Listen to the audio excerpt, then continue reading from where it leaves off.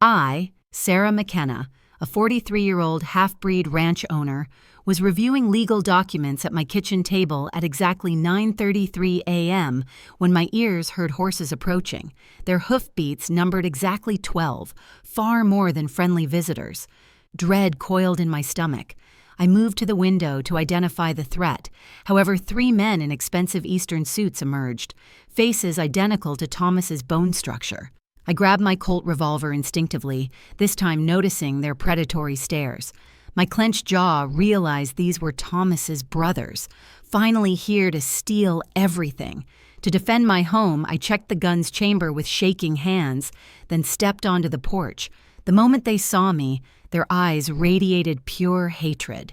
What do you do when powerful men try to strip away everything you've built, using your heritage as a weapon against you? Have you ever felt judged for who you are? Share below, I'm listening. But this story began 3 days earlier, on a morning that shattered my world forever. Clouds, their cries echoing the unease that had plagued my dreams all night. Thomas was already by the corral, his broad shoulders rigid with tension as he gripped the fence post like it might anchor him to this earth. At 55, my Irish cowboy husband still moved with the fluid grace that had first caught my eye when I was barely 18 and foolish enough to believe love could bridge any divide. But today, something was wrong. Terribly, bone-deep wrong.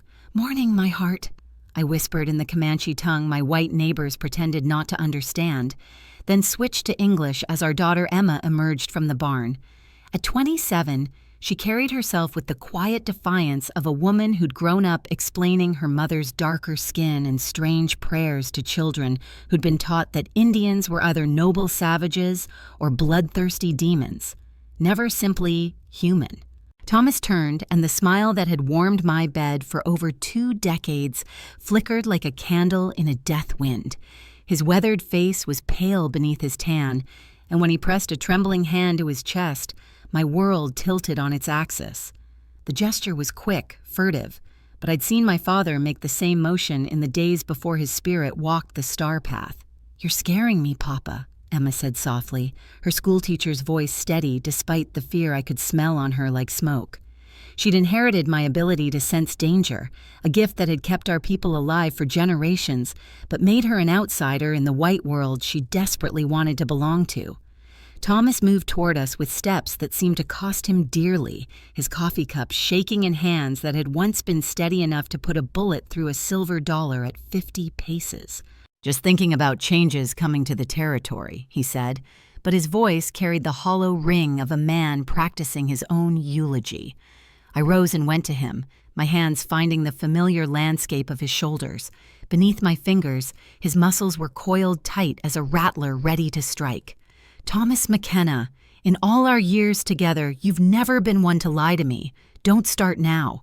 He turned in my arms then, and what I saw in his green eyes nearly drove me to my knees. Not just fear, but guilt so deep it had carved lines in his face I'd never noticed before. "Promise me something, Sarah," he whispered, his breath hot against my ear. "When I'm gone, don't let my brothers take what we've built. This land, this life, it's yours by right, not theirs, never theirs." Before I could demand answers, Thomas collapsed, his body hitting the floor like a felled oak, while his chest seized with pain that turned his lips blue as a winter sky. As I cradled my dying husband's head in my lap, one thought burned through my terror like a brand. What brothers? They say half-breeds like me don't belong anywhere, not white enough for the settlers, not Indian enough for the tribe. But when your dying husband whispers secrets about family you never knew existed, do you fight for a legacy that might not even be yours? Or do you let them take everything because deep down you believe you never deserved it anyway? 3 days after we buried Thomas beneath the ancient oak, I sat in Judge Martinez's dusty office, my widow's black feeling like a shroud in the stifling Texas heat. Emma gripped my hand while the judge shuffled through papers with the deliberate care of a man who'd learned that haste and frontier justice made poor companions. "Mrs. McKenna," he said finally, his weathered Mexican face grave, Your husband left very specific instructions, most unusual. His accent carried the musical cadence of old Spanish families who'd ruled this land before it became Texas. He withdrew a brass key from an envelope, its weight surprising in my palm. Attached was rawhide with symbols I recognized immediately. Comanche pictographs spelling "forbidden ground." My breath caught. Thomas had learned enough of my mother's language to leave me a message only I could read. "There's a second property," the judge continued. "A ranch in the hill country, 50 miles northwest. Your husband purchased it 2 years ago under the name Jonathan McKenna. He insisted you were never to know while he lived." Emma's grip tightened. Papa had another ranch? Why hide it? According to his letter, Judge Martinez produced a sealed envelope. He called it his insurance against the wolves. My fingers trembled, breaking the wax seal. Thomas's voice whispered from the page, "My dearest Sarah, if you're reading this, the heart condition I've hidden has finally claimed me. The ranch I've forbidden you to visit holds answers about my family.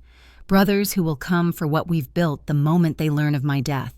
They believe, as white men often do, that an Indian woman has no legal right to property, no matter what papers say." The words blurred as tears stung my eyes. He'd known that my mixed blood would make me vulnerable in ways a white widow would never face. "There's more," Judge Martinez said gently. "The property sits atop significant mineral deposits. Oil, most likely. Your husband declined several substantial offers from Eastern investors." Emma gasped. "Like the Henderson place?" "Much more."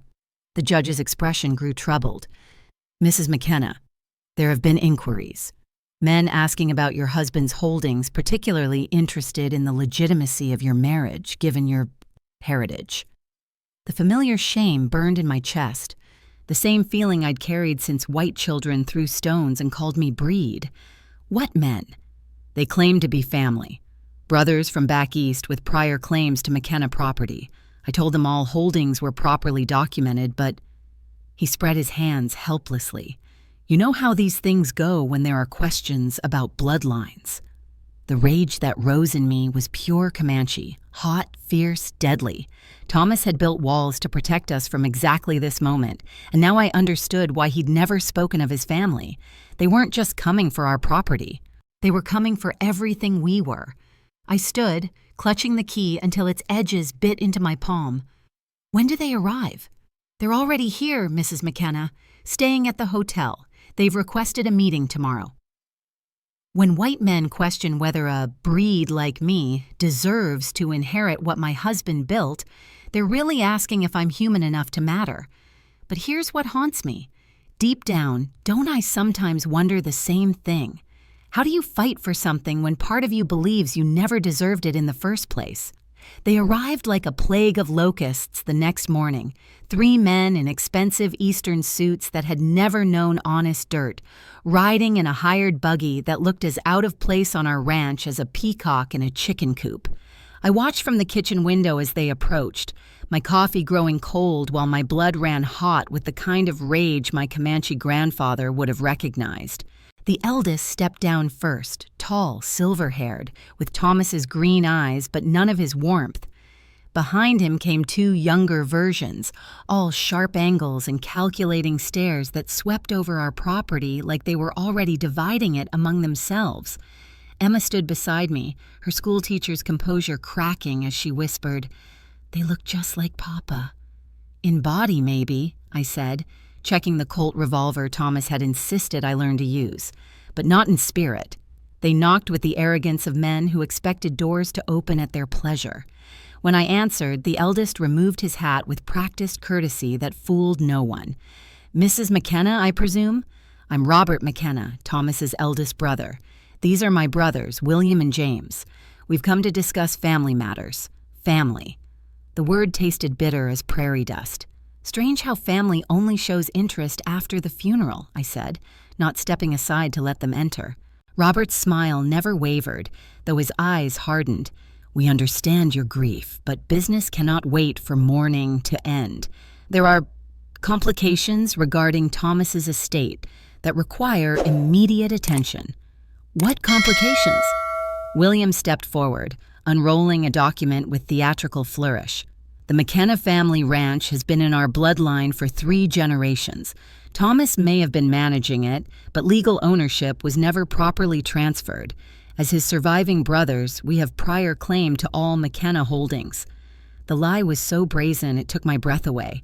This ranch was bought and paid for by my husband with money he earned breaking horses and driving cattle. Your family never set foot on Texas soil until today.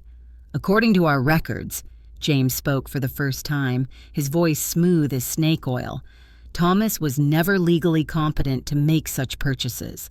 His condition impaired his judgment significantly in recent years. Emma's sharp intake told me she'd caught their meaning. They were claiming Thomas was mentally unfit, that his marriage to a half-breed woman proved his incompetence. The familiar shame tried to rise in my throat, but I swallowed it down with 24 years of Thomas's love.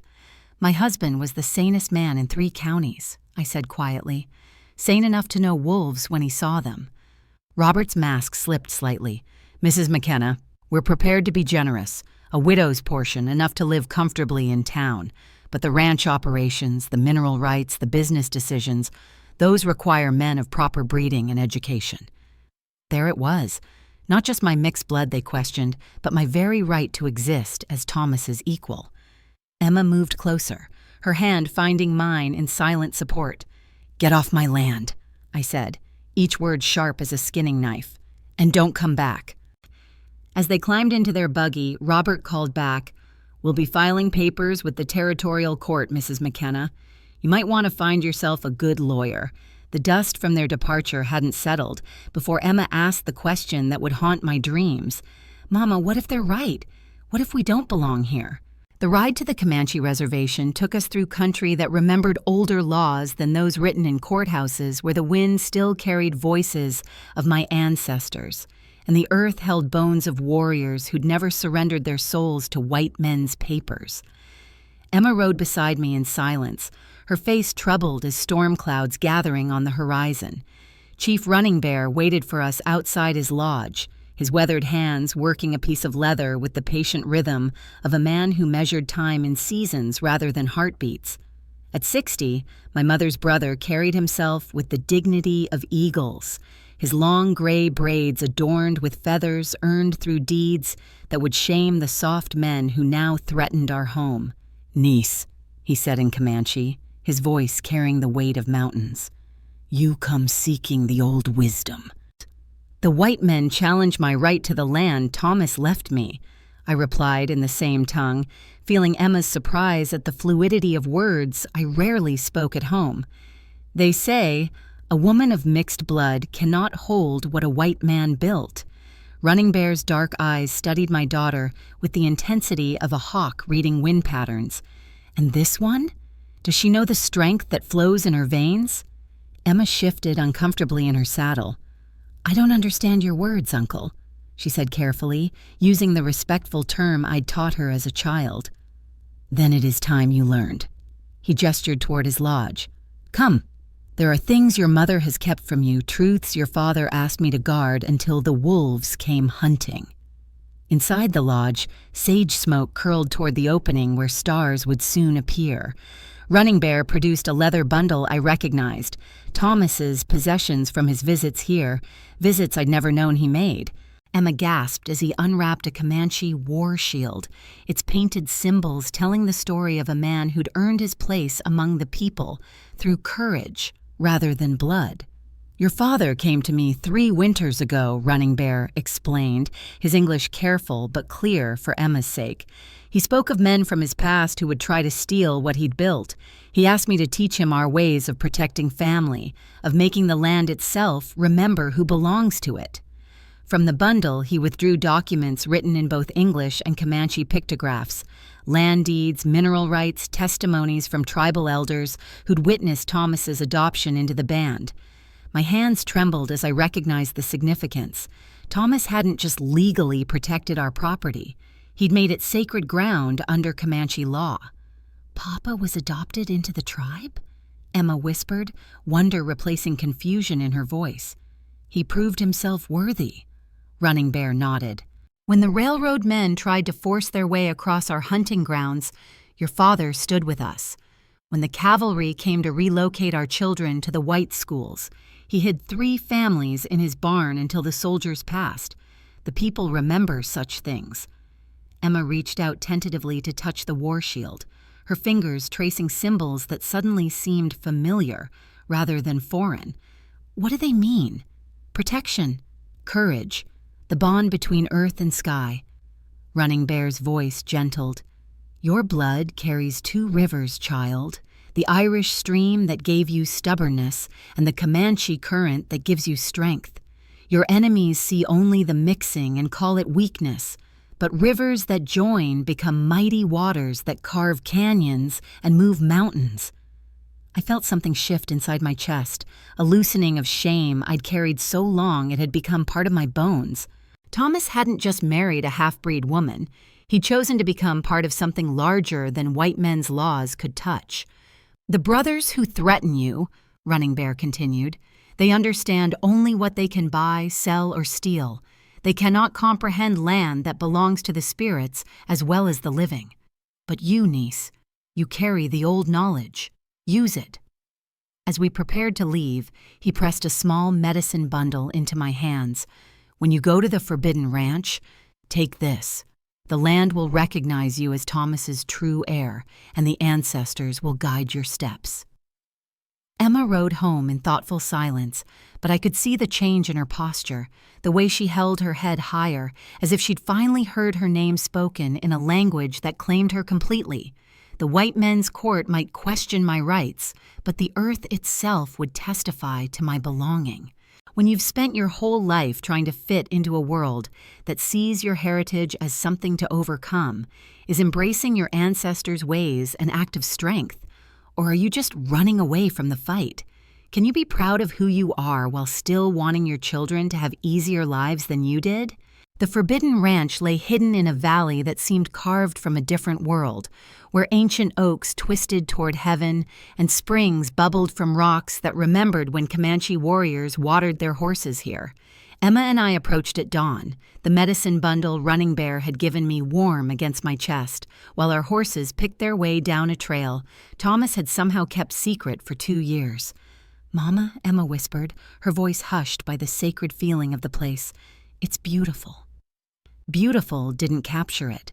The ranch house sat like a jewel in the valley's palm, built from native stone and timber in the old style, with wide porches that welcomed both sunrise and sunset.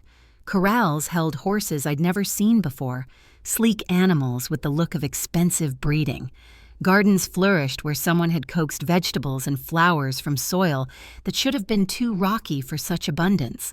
But it was the derrick rising from the eastern pasture that stopped my breath. A working oil well, its steady rhythm like a mechanical heartbeat pumping wealth from the earth's depths. Black gold pooled in collection barrels, more money than I'd ever imagined existing in one place. "Thomas, what did you do?" I murmured, sliding down from my horse with legs that suddenly felt unsteady. The ranch house door stood unlocked, as if waiting for us. Inside, everything spoke of careful planning and patient love. A kitchen stocked with supplies, bedrooms furnished for long stays, and on the main room's table a leather journal with my name written in Thomas's familiar script. My hands shook as I opened to the first page. Sarah. My heart.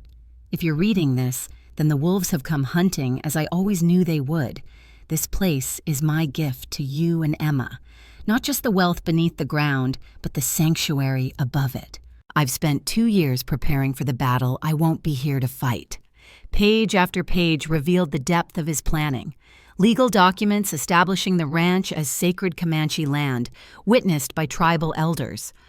Oil leases negotiated with companies that respected both environmental concerns and indigenous rights. Financial arrangements that would provide for Emma's children and their children after them.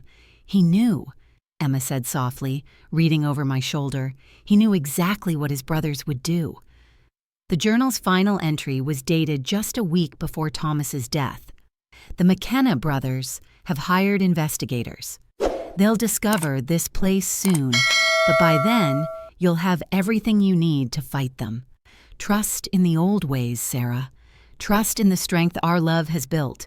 A sound outside made us both freeze. Horses approaching at speed. Through the window, I saw them. Robert, William, and James McKenna, along with 2 men I didn't recognize.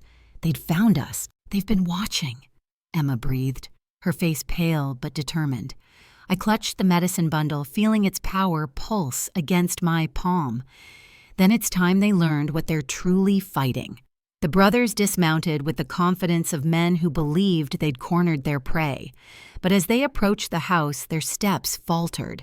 The land itself seemed to resist them, horses shying at shadows, birds falling silent, even the wind dying to an unnatural stillness. Robert pounded on the door with his riding crop. "Mrs. McKenna, we know you're in there. This property was illegally purchased with McKenna family funds. You have no right to be here." I opened the door slowly, the sacred documents in one hand, Thomas's journal in the other. Behind me, Emma stood tall, her mixed heritage no longer a source of shame but a crown of strength. "This land belongs to the people," I said quietly, letting the Comanche words roll off my tongue like thunder. "And I am the people's daughter, chosen by one who proved himself worthy. You have no power here." For the first time since they'd arrived in Texas, I saw fear flicker in Robert McKenna's eyes. Not fear of courts or lawyers, but the deep primal fear of men who suddenly realized they were trespassing on ground that answered to older laws than any they understood.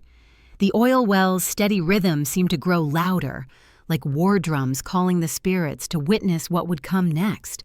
When you discover your dead husband left you wealth beyond imagining, but it came from keeping secrets that could have changed everything. Do you feel grateful or betrayed? Is a man protecting his family, or is he just another person who decided what you could handle without asking you first? The confrontation at the Forbidden Ranch ended without bloodshed, but only because the brothers retreated when their horses refused to approach the oil derrick, spooked by something they couldn't name, but their animals could feel in their bones. By sunset, Emma and I were back at our main ranch, but word of the McKenna brothers' legal threats had spread through the community like wildfire across dry grass. Jake Wilson was the first to arrive, his weathered face grim beneath his cavalry hat as he tied his horse to our porch rail. "Mrs. McKenna, I've been asking questions in town. Those Eastern brothers have hired themselves a fancy lawyer from Austin, and they're claiming your marriage to Mr. Thomas wasn't legal under territorial law." My stomach clenched. "On what grounds?" "They say a white man can't legally marry a woman of Indian blood without tribal permission, and since you were raised off the reservation—" He spread his hands helplessly. "It's horseshit, begging your pardon, but it might hold up in a court that wants to believe it." Before I could respond, Doc Henderson's buggy came rattling up the drive, followed by Judge Martinez on his steady bay mare. The sight of these men, pillars of our frontier community, arriving unbidden to offer support, made my throat tight with emotion. "Sarah," Doc Henderson said, climbing down with the careful movements of a man whose joints remembered too many nights delivering babies in blizzards, "I've brought the medical records from Thomas's last years. Any court that claims he was mentally incompetent will have to explain why I certified him fit to make legal decisions just 3 months ago." Judge Martinez dismounted with the dignity of a man who'd spent decades balancing Mexican law, American territorial statutes, and the unwritten codes that kept frontier communities from tearing themselves apart. "Mrs. McKenna, I've reviewed the documents your husband filed regarding the second property. Everything was properly witnessed and recorded. These brothers have no legal standing, but that won't stop them from trying to tie things up in court for years." Emma emerged from the house carrying a tray of coffee and the good china we saved for special occasions. "Gentlemen, thank you for coming. Mama and we don't know how to fight men with that kind of money and influence." "You're not fighting them alone," a new voice declared. Chief Running Bear rode into our yard accompanied by 3 younger Comanche men, their presence transforming the gathering from a community meeting into something approaching a war council. "The people remember Thomas McKenna's courage." We will not let his enemies steal what he died protecting." Jake Wilson's hand moved instinctively toward his gun, old cavalry instincts dying hard, but I placed a calming touch on his arm. "Jake, these men are family. Chief Running Bear is my uncle." The old soldier's eyes widened with understanding, then respect. "Ma'am, if you'll have me, I'd be honored to stand with you. Mr. Thomas gave me work when no one else would hire a broken-down cavalry sergeant. I owe him everything." As the evening deepened, our kitchen filled with the most unlikely alliance Texas had ever seen. A half-Comanche widow, her mixed-blood daughter, a Mexican-American judge, a Scottish doctor, an Irish ranch hand, and Comanche warriors, all united by their loyalty to a dead man's dream and their determination to protect what he'd built. "The brothers will file their legal challenges tomorrow," Judge Martinez warned. "They'll claim the tribal adoption documents are fraudulent, that the marriage was invalid, that Thomas was mentally incompetent. They'll throw everything at the wall and see what sticks." Chief Running Bear spoke quietly in Comanche, then translated for the others. "My nephew says the white man's courts may not recognize our laws, but the earth itself knows who belongs to it. When the time comes, the land will testify." Doc Henderson raised his coffee cup in a toast to Thomas McKenna, who taught us all that family isn't about blood, it's about choice. As the men drank, I felt something shift in the air around us, a sense of forces gathering that went beyond legal documents and court proceedings. The McKenna brothers had money and lawyers, but we had something they couldn't buy or steal, a community willing to fight for what was right, and land that remembered older truths than any written in law books. The real battle was about to begin. When good people rally to your cause, is it strength or weakness to accept their help? Part of me wonders if fighting my own battles proves I'm worthy, while leaning on others just confirms I'm not strong enough to deserve what I have. Do you think asking for help makes you powerful or powerless? The territorial courthouse in Austin felt like walking into a den of wolves wearing judicial robes.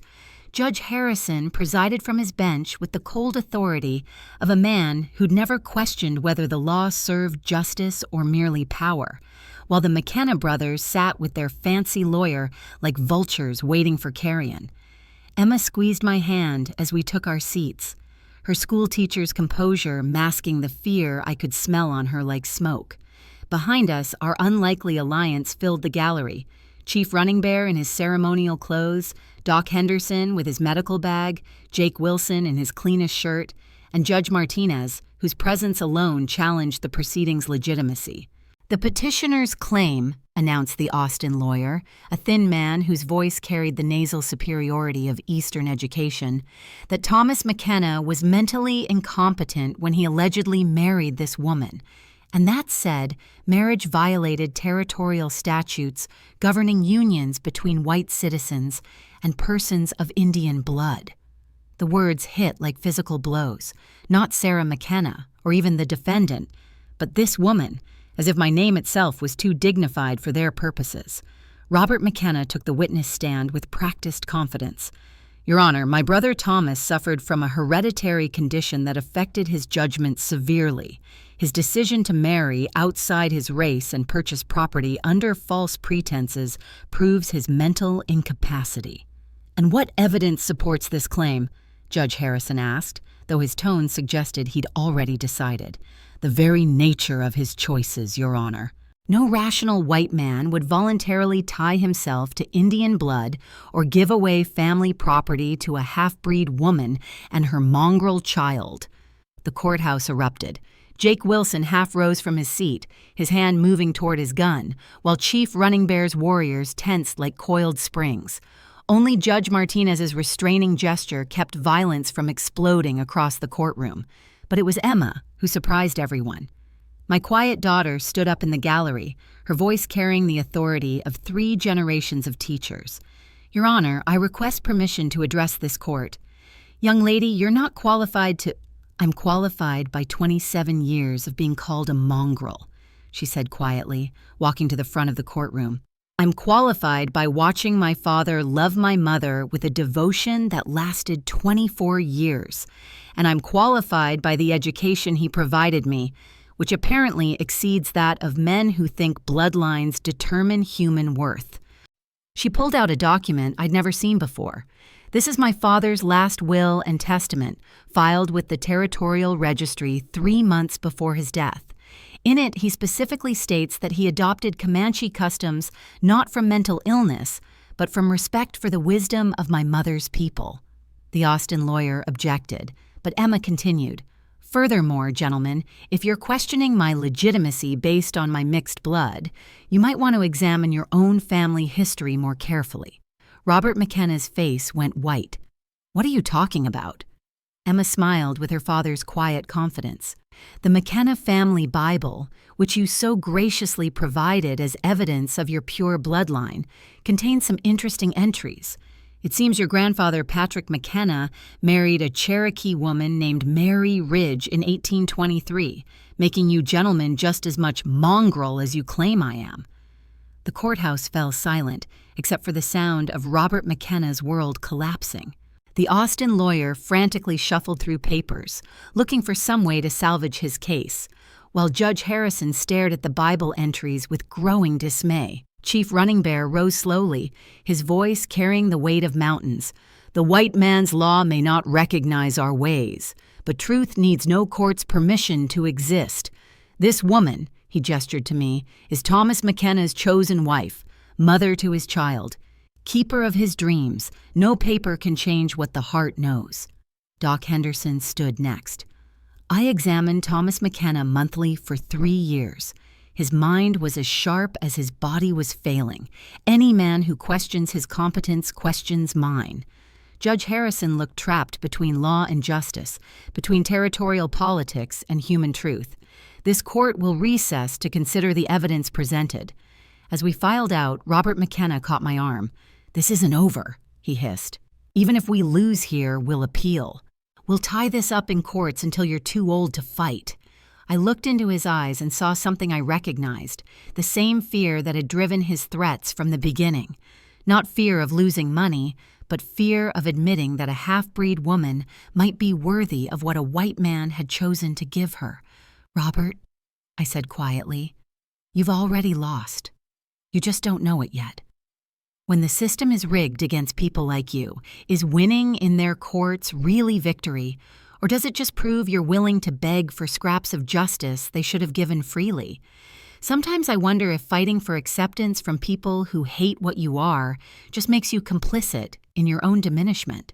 Judge Harrison returned to his bench 2 hours later, looking like a man who'd wrestled with angels and lost. His gavel fell with the weight of reluctant justice as he cleared his throat to address the packed courtroom. "After reviewing the evidence presented," he began, his voice carrying the strain of a decision that went against every prejudice in his bones, "this court finds that Thomas McKenna was of sound mind when he executed his will and marriage contract. Furthermore, the petitioner's claims of mental incompetence are not supported by medical evidence." The McKenna brothers sat frozen as their world crumbled around them. Their Austin lawyer whispered frantically in Robert's ear, but I could see defeat in the slump of his shoulders. "However," Judge Harrison continued, and my heart clenched at that word, "the question of property ownership remains complex. While the marriage is deemed valid, the territorial statutes regarding mineral rights and Indian land claims require further review." Emma's hand found mine as the judge's words sank in. We'd won the battle, but not the war. The brothers couldn't steal Thomas's ranch through legal challenges to our marriage, but they could still tie up the oil rights in territorial bureaucracy for years. As the court adjourned, Robert McKenna pushed through the crowd to confront us one final time. His face was flushed with rage and humiliation, the careful mask of Eastern sophistication finally stripped away. "You think you've won?" he snarled, close enough that I could smell whiskey on his breath. "I'll spend every penny I have keeping you in court. You'll die a pauper before you see a cent of that oil money." "No, she won't." The voice came from behind us, and we all turned to see a man I didn't recognize. Tall, weathered, with the bearing of someone accustomed to command. He wore a simple black suit but carried himself like money, real money, not the borrowed authority of the McKenna brothers. "Who the hell are you?" Robert demanded. The stranger smiled, extending his hand to me with old-world courtesy. "Mrs. McKenna, I'm Jonathan Whitehorse, president of Lone Star Petroleum. Your late husband and I had extensive correspondence about the mineral rights to your property." My knees nearly gave out. Another secret, another revelation from Thomas's carefully orchestrated plans. "Mr. Whitehorse?" I managed. "I don't understand." "Your husband was a remarkable man, ma'am. When he learned of his condition, he didn't just secure legal protection for your property. He negotiated exclusive extraction contracts with my company, contracts that specifically require all legal challenges to be resolved before we begin operations." He turned to face the McKenna brothers, his smile turning predatory. "Gentlemen, every day you keep this matter in court costs my company approximately $10,000 in delayed production. I have teams of lawyers whose sole job is to eliminate such obstacles. I suggest you reconsider your position." Robert's face went white as the implications sank in. They weren't just fighting a half-breed widow anymore. They were fighting industrial money, the kind of power that could crush them without breaking stride.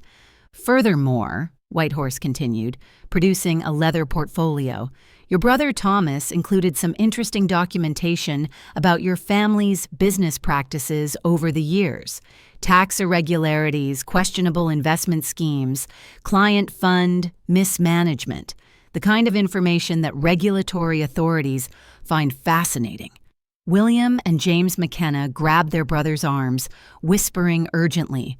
I watched 24 years of Thomas's patience and planning unfold in a single moment of devastating revelation. "We'll withdraw our claims," Robert said finally, his voice barely audible. "Immediately and permanently," Whitehorse added pleasantly, "with signed documents renouncing any future interest in McKenna properties." As the brothers slunk away like whipped dogs, Whitehorse turned back to me. "Mrs. McKenna, your husband left detailed instructions about how he wanted the extraction operations conducted: environmental protection, employment for local workers, and a percentage of profits designated for Comanche tribal education programs. He was thinking 3 moves ahead right until the end." Emma laughed through her tears. "That sounds like Papa." Walking out of that courthouse, I felt Thomas's presence stronger than ever, not as a ghost or memory, but as a continuing partnership that reached across death itself. He'd given me more than property or wealth. He'd given me the tools to forge my own legacy. But as we celebrated on the courthouse steps, I couldn't shake the feeling that this victory had come at a price I was only beginning to understand. When you win a battle you never wanted to fight, using weapons you never knew you had, are you victorious, or just another player in someone else's game? I got everything Thomas planned for me, but sometimes I wonder, did I win because I was strong, or because I was useful to more powerful men? The ride home from Austin felt different than any journey I'd ever taken. Not the desperate flight of the hunted or the determined march of the righteous, but the slow, contemplative pace of someone trying to understand what victory actually meant. Emma rode beside me in thoughtful silence, both of us processing the magnitude of what Thomas had orchestrated from beyond the grave. Our ranch appeared in the distance like a mirage of normalcy, but I knew nothing would ever be normal again. Word of our court victory had spread faster than prairie fire, and the yard was filled with neighbors, friends, and well-wishers who'd come to celebrate what they saw as a triumph of frontier justice over Eastern greed. Jake Wilson was the first to greet us, his weathered face split by a grin wide enough to hold the Texas sky. "Mrs. McKenna, you should have seen those fancy brothers hightailing it out of town, like their britches were on fire and the creek was dry." Doc Henderson emerged from the crowd, his medical bag replaced by a bottle of good whiskey. "Sarah, lass, you've done something remarkable here. Stood up to power and won." Thomas would be proud. Would he? I wondered, dismounting with movements that felt disconnected from my body. Or would he be satisfied that his carefully laid plans had unfolded exactly as he'd designed them? Chief Running Bear approached with the dignity of mountains, his dark eyes reading the conflict in my face with the accuracy of a lifetime spent understanding what others tried to hide. "Victory troubles you, niece." "I should be celebrating," I said quietly, accepting the cup of coffee someone pressed into my hands. "We won. The ranch is secure. Emma's future is protected. The brothers are defeated. Everything Thomas wanted. But I looked around at the faces of people who'd risked their own standing to support me, who'd defied social conventions and legal prejudices because they believed in justice. Good people, loyal people who saw this as a story of the righteous defeating the wicked. But I keep wondering if I won because I was strong or because I was useful to more powerful men," I admitted. "Thomas planned everything, the oil contracts, the legal protections, even Jonathan Whitehorse's involvement. I feel like I've been playing a part in someone else's script." Emma overheard and moved closer, her school teacher's mind sharp as always. "Mama, does it matter? You stood up in that courtroom. You faced down their hatred and their lies. You chose to fight instead of surrender." "Your daughter speaks wisdom," Running Bear added. "A weapon does not make a warrior. The warrior chooses to pick up the weapon." Judge Martinez joined our quiet conversation, his judicial robes replaced by simple ranch clothes that made him look more like the man I'd known for years. "Sarah, I've seen many cases where people had all the legal protections money could buy, but lacked the courage to use them. You could have taken their settlement offer, could have run from the fight. You chose to stand." The celebration continued around us, but I found myself drawn to the porch where Thomas and I had shared thousands of evening conversations. The chair where he'd sat still bore the impression of his body, and I could almost see him there, that crooked smile playing at the corners of his mouth. "You're angry with me," I said to the empty chair, surprising myself by speaking aloud. Emma settled beside me. "Are you, Mama, angry with Papa?" I considered the question seriously.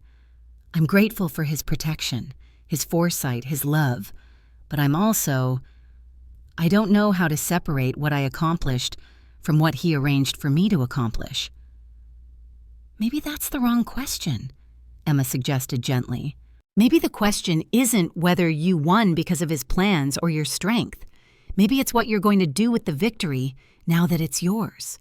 As if summoned by her words, Jonathan Whitehorse's carriage appeared on the horizon, returning for the business discussions that would shape our future.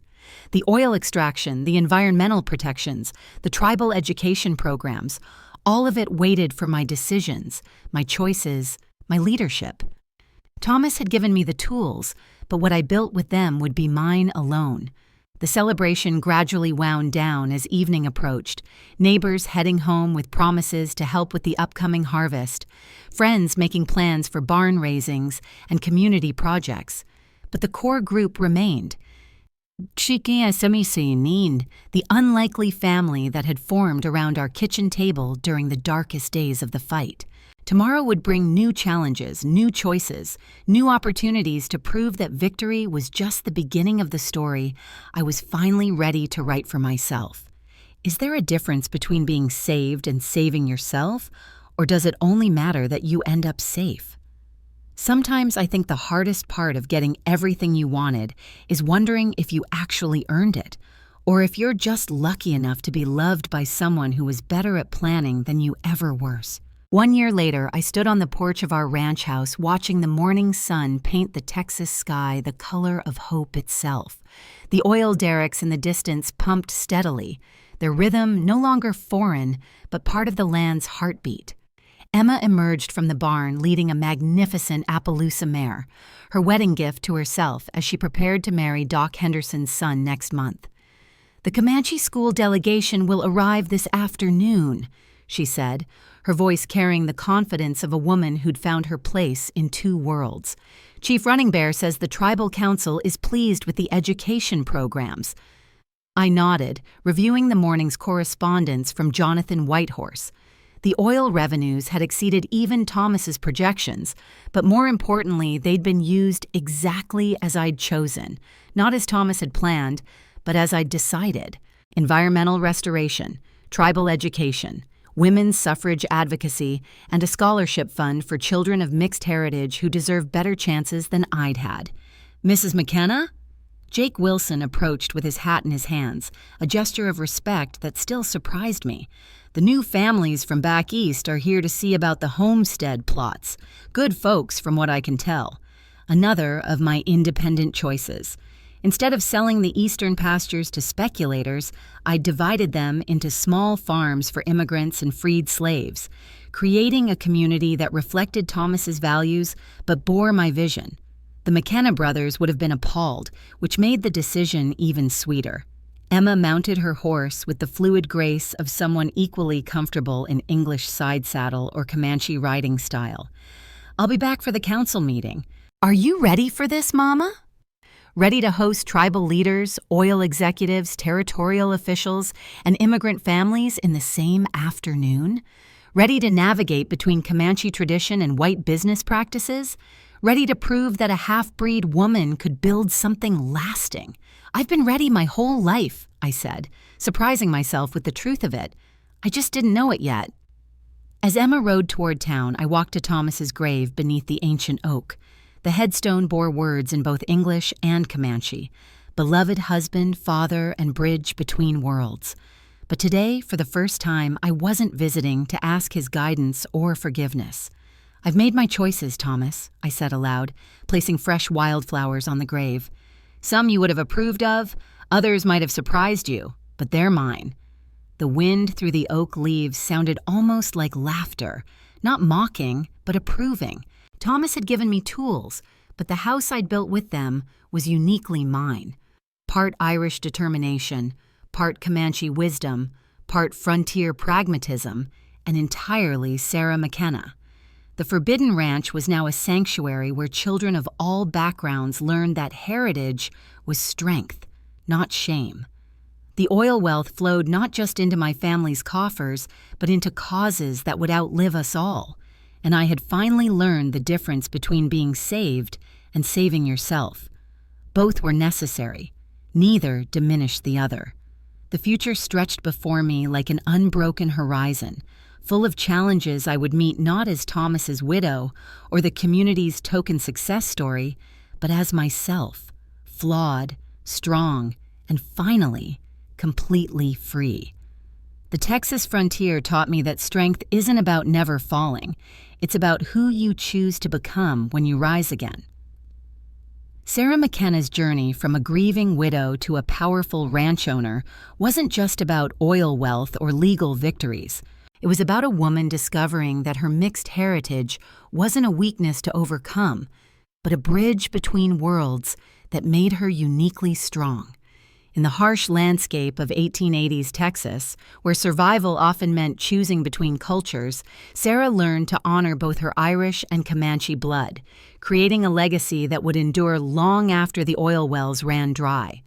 Her story reminds us that sometimes the most forbidden paths lead to the most sacred destinations, and that love, whether from the living or the dead, gives us tools, but we must choose how to use them. Looking back on my journey from grieving widow to independent ranch owner, I've learned that strength isn't about never needing help. It's about having the courage to accept it when offered and the wisdom to use it well. Thomas gave me tools, but I chose how to wield them. My Comanche blood taught me resilience, my Irish heritage gave me stubbornness, and my experiences showed me that bridges between worlds are stronger than walls. To anyone who's ever felt like they don't belong anywhere, your mixed heritage, your complicated past, your unconventional family, these aren't weaknesses to overcome. They're superpowers waiting to be claimed. I spent years ashamed of being half-breed, believing I had to choose one identity over another. But the truth is, I was never half of anything. I was always whole, always enough, always worthy. The most forbidden paths often lead to the most sacred destinations. And sometimes the greatest legacy we leave isn't wealth or property. It's proving that people like us deserve to take up space in this world, unapologetically and completely.